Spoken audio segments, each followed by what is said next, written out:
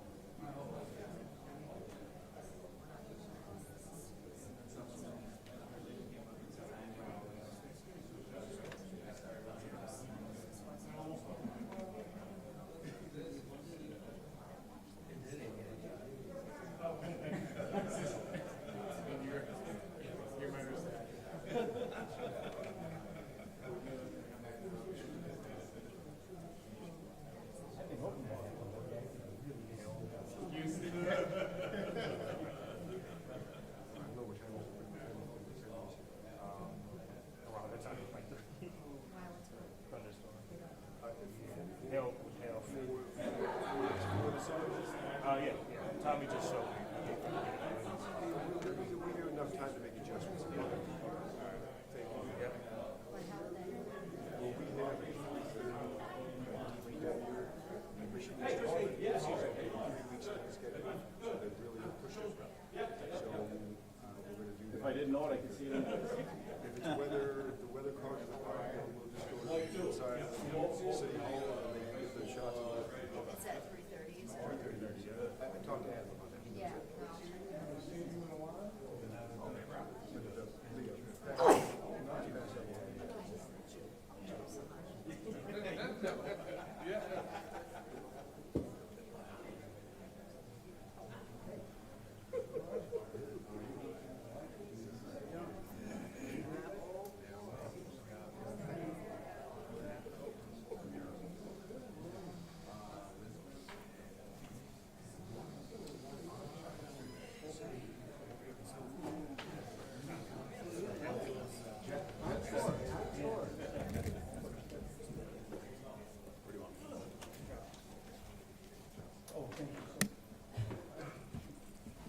Thank you, everybody, for being here today.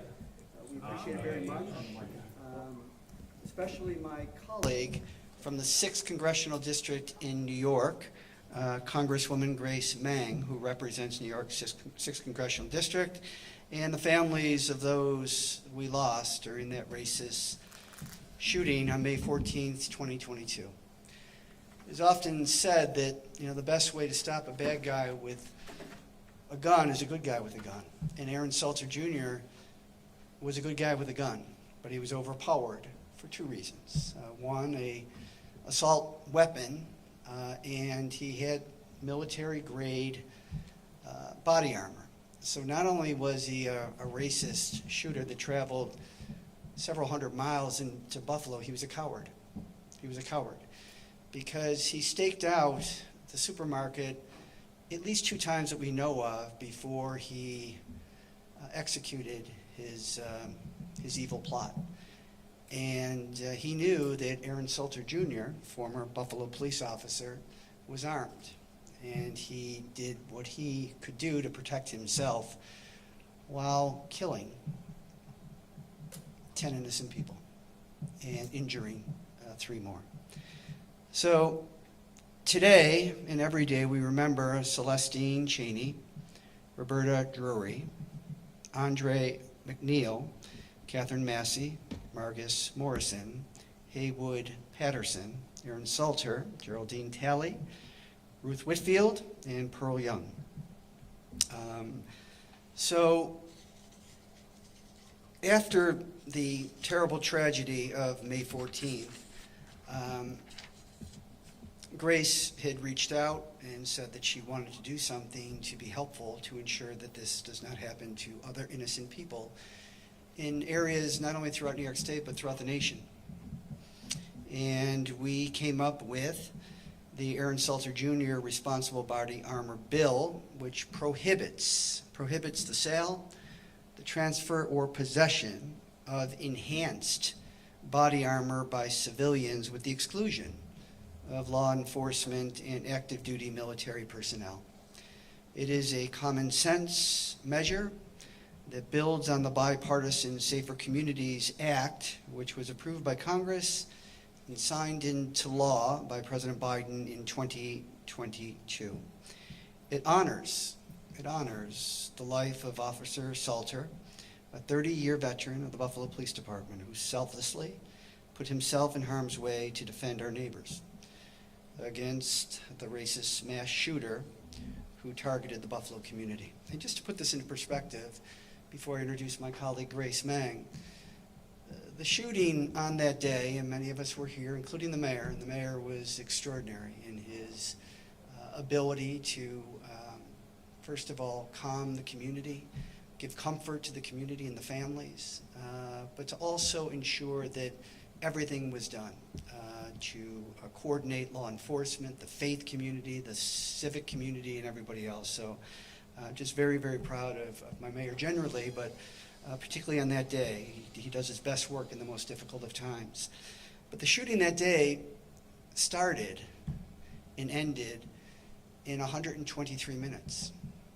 One shooter, 10 people dead, 3 people injured.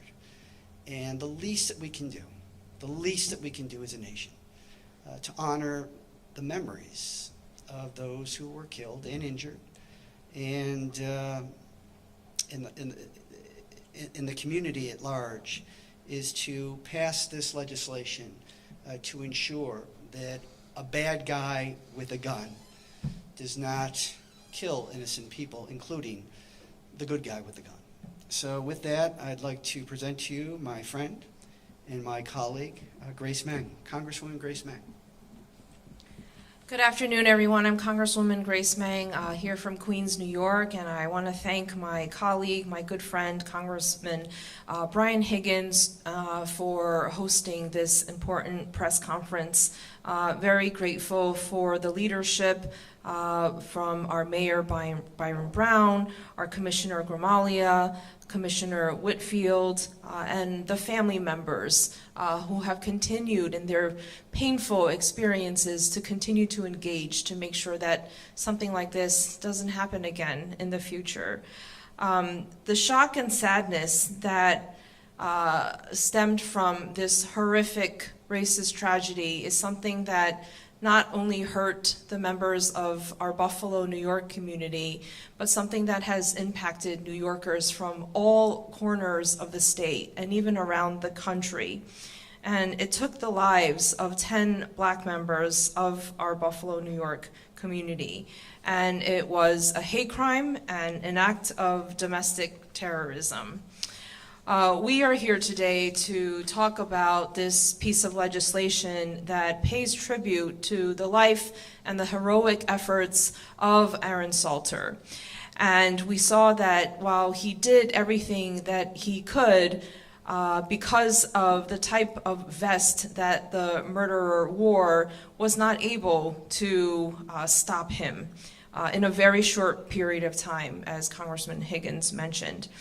Had the shooter not been wearing the military-grade equipment, Mr. Salter may very well have been successful in stopping him and to prevent more lives from being lost and more people from being injured. As Congressman Higgins mentioned, the bill prohibits the sale, transfer, or possession of enhanced body armor by civilians unless they meet specific employment exemptions of level 3 and up military grade vests. And I think Commissioner Gramalia has an example of what that looks like. Mr. Salter shot the perpetrator but was unsuccessful in subduing him, as you know, because of the body armor that the murderer wore. These vests, we've actually been talking about this piece of legislation for a while, before the murders that happened at Tops. They were worn similarly by gunmen in previous shootings in Sutherland Springs, Texas, Aurora, Colorado, Boulder, Colorado, and the San Bernardino, California shootings. And so had the gunman not been able to access body armor, and he did so in another state, Mr. Salter, who had immediately confronted the shooter, may have been able to subdue him. And so in similar mass shooting instances, the body armor that the perpetrators are wearing allows them to continue their devastation despite security guards, police, law enforcement having confronted them in a timely manner, doing everything they were supposed to do in a heroic manner. So we want to make sure that something like this never happens again, and we are doing this in the honor of Mr. Salter's life and heroic deeds, and to pay tribute to the people that were injured and lost on that fateful day. So thank you so much to Congressman Higgins and to everyone in the Buffalo community for including me in this press conference. Buffalo City Mayor Byron Brown. That's okay. Thank you very much. I want to thank Congressmembers Brian Higgins and Grace Meng for introducing this critically important piece of legislation, for their passion and for their leadership on this critical issue of focusing on enhanced body armor and making sure that people who have no need to have the enhanced body armor are able to purchase it or possess it. As we all well know now, if not for that body armor, Aaron Salter, working as a security guard in the Tops, would have been able to stop that individual from committing mass murder. 10 precious lives in our community taken, 3 others wounded, and as we know, Lieutenant Salter exchanged fire with the shooter, actually hit the shooter, but because of the body armor, was not able to stop that individual. Also, certainly, Aaron Salter is a hero, and if not for his heroic actions slowing down that shooter, more people would have been killed at the tops. As Congressman Higgins and Congresswoman Meng have indicated, the families also are heroes. And I want to recognize, again, the families that are here, the family of Ruth Whitfield, former Commissioner of Fire Garnell Whitfield here, the family of Pearl Young, and Zanetta Everhart, representing her son Zaire Goodman, who was wounded in the attack and fortunately survived the attack. The families have continued to come out, as painful as it is, advocating and fighting for change. They are heroes as well, and it's important to recognize them. You know, we are very fortunate to have members of Congress like Congressmember Meng, Congressmember Higgins, who do not forget, who continue to push and to fight to introduce legislation like this to make sure that what happened here in Buffalo on May 14th, 2022 does not continue to happen in other places in the country. It is imperative that our federal government do more to prevent these kinds of tragedies from occurring. This legislation from Congressmembers Meng and Congressmember Higgins goes a long way in making it more difficult for people to perpetrate this kind of crime and get away with it safely. It should not happen. I also want to recognize our Police Commissioner, Joseph Gramaglia, whose police officers, after the call went out, responded in minutes, in less than 2 minutes. We've seen in other parts of the country what an ineffective police response looks like. Here in Buffalo, the police response was incredibly swift, incredibly effective, but as you heard from Congressman Higgins, with the assault weapon, this shooter was able to perpetrate this crime in minutes, even with the police responding as quickly as they did. If the police response had not been that quick, that swift, more people would have lost their lives as well. So it's my pleasure to introduce our Buffalo Police Commissioner, Joseph Gramaglia. Thank you. First off, I want to thank Congresspersons Higgins and Meng for this bill, and especially for naming it after Lieutenant Aaron Salter. It's it's a tribute and an honor to have his name associated with this. Any level of protection that can make our community safer, we're certainly going to accept. We're going to take that. In this situation, we saw what happened. We saw that the sidearm was ineffective because of the level of vest that was worn. It's an active shooter style vest. And that's the same sidearms that our officers who responded to that scene had as well. So it's having something that will put another law in place to ban the sale and the possession and the use of that type of a vest. We are grateful for. This bill also comes with the full support of the Major City Chiefs Association that represents the 70 municipal largest police departments in the United States and 9 in Canada. They fully endorse this bill and throw their support behind it as well.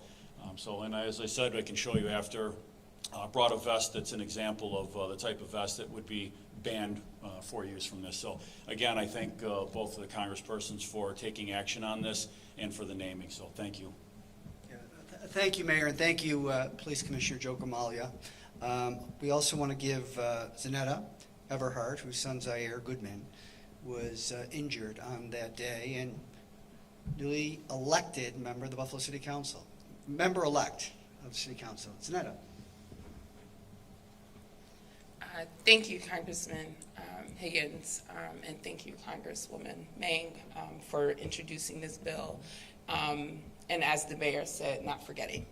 It's very important that we don't forget and that we continue to have these conversations, but also put action behind these conversations with legislation. So thank you very, very much. I'll be very, very brief. And I just want to say that just like assault weapons, military-grade assault weapons don't belong on our streets. Neither does military-grade armor. And it is time that we do something about it.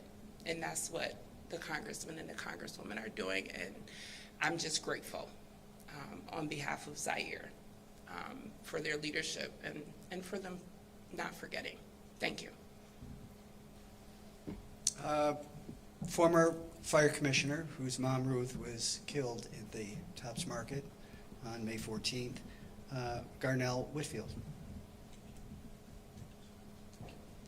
Thank you. Good afternoon. First of all, on behalf of Mrs. Kimberly Salter and her family who were unable to be here today, on behalf of all of us, all of the families, we want to thank Congresswoman Meng and Congressman Higgins for putting forth this common sense bill.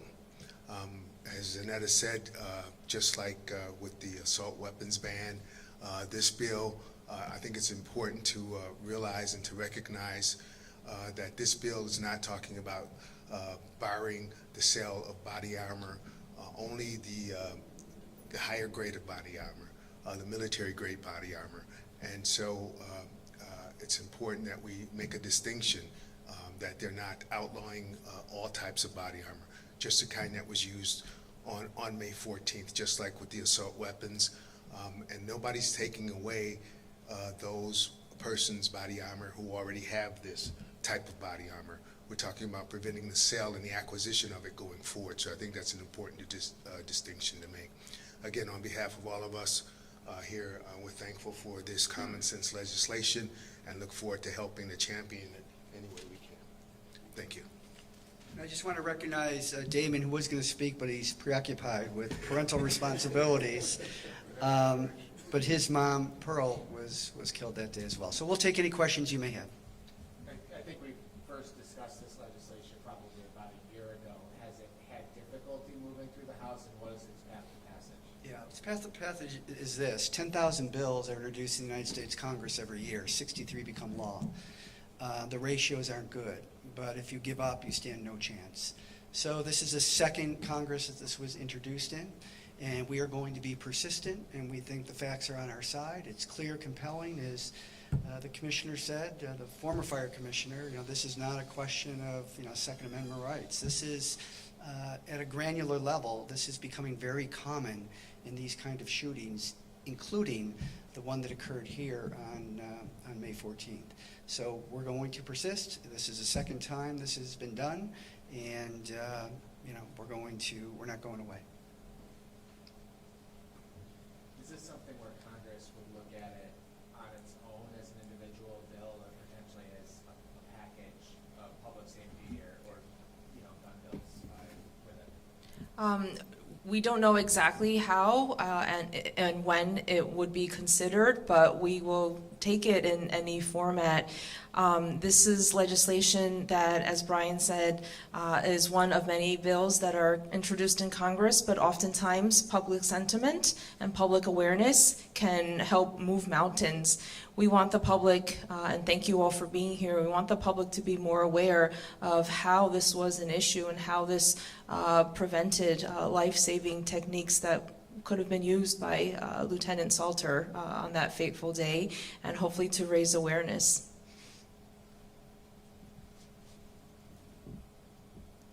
I don't want to pause all the questions, but Lieutenant Salter's family, I think, had some involvement in talking to members of Congress last session. Are they still involved as far as lobbying for this?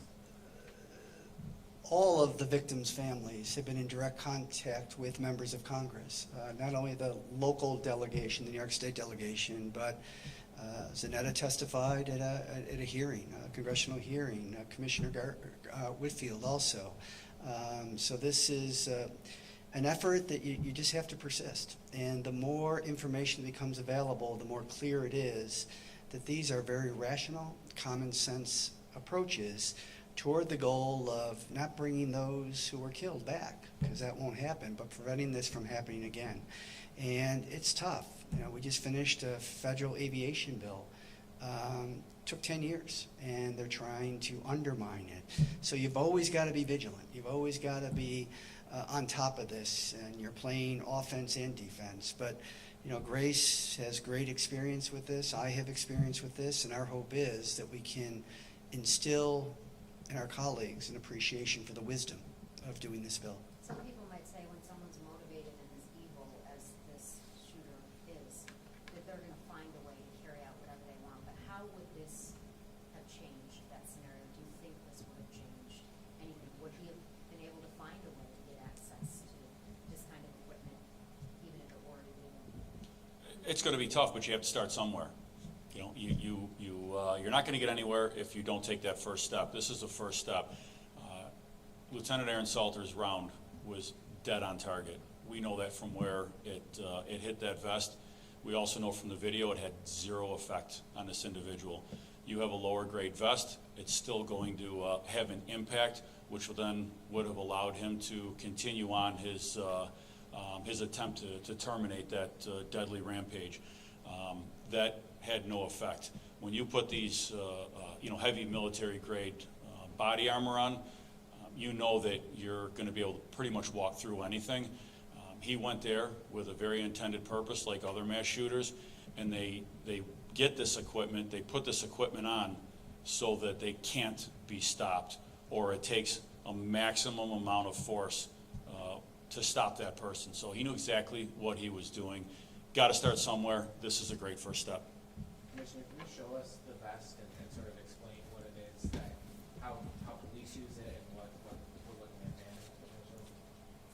So there are 5 different levels of vests. There are 2 different level 2s, 2 different level 3s, a level 4. This is a level 4, an active shooter vest. We have these in the trunk of our cars. This will stop an AK round. This is military grade, very heavy plating in these. There's nothing, when you take the plate out, it's just a vest carrier. But this is the type of equipment, it's going to stop anything. It's going to stop an AK round, as I said. So it's, again, an intended purpose when someone is going to wear it for ill-intended purposes, for criminal purposes. So these are very heavy. They're not standard everyday wear. Our officers wear level 2 vests that will stop handgun rounds, varying levels of handgun rounds. But, you're talking 25 plus pounds in this. So, they are available to our officers in the cars. If they were to encounter a situation, they could go to the trunk, get these out. I will note that our officers in this particular situation, they didn't do that. They literally went right to work. They put their own lives in danger to terminate this threat. And just reiterate what the law is in New York State right now versus across the country. So in New York State, it is illegal to possess, purchase, or wear any body armor, and no matter what the level, it's a misdemeanor. If you are in the process of committing a violent felony while you're wearing body armor, then it rises to the level of an E felony. So, there's no federal statute that I'm aware of that would bar this. So, as I said, this is a great first step in taking some federal action. I don't know all the laws of the states across the country. We know that not every state has the same laws, so I don't know if there's other states that have laws barring that or that you can purchase.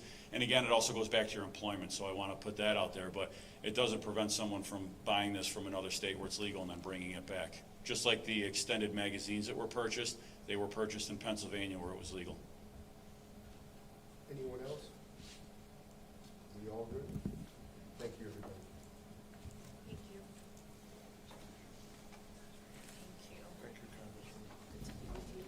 Thank you very much.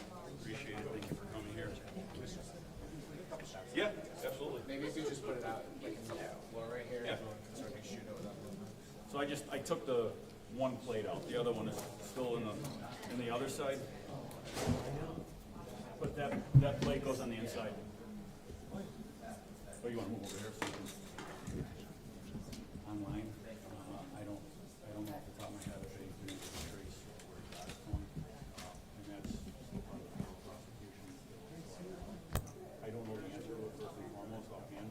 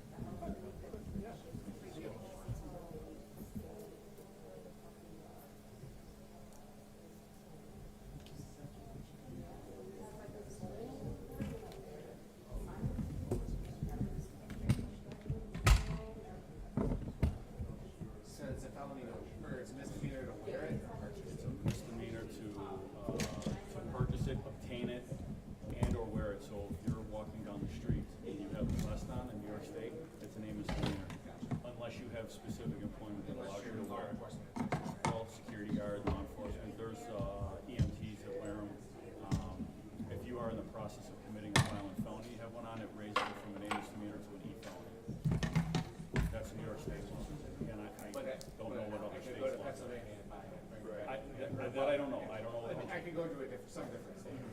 Potentially, I don't have the laws of all the other states. I gotta memorize my own. I get into the other 49. But when I brought up extended magazines, they don't have a ban on it. They will obtain that. I'm sorry, sir, pardon me?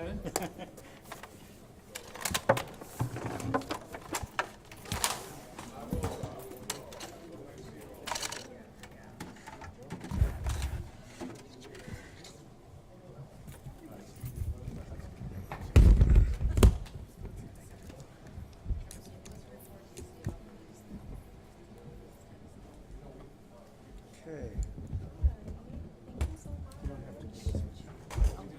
Major City Chiefs letter of support. Yes, You I've do seen have it, yeah, Okay, yeah. all right. Now, as I said, get it to you. Yeah. Thank you very much. Appreciate it. One. How are you? How are you? I would do that to you.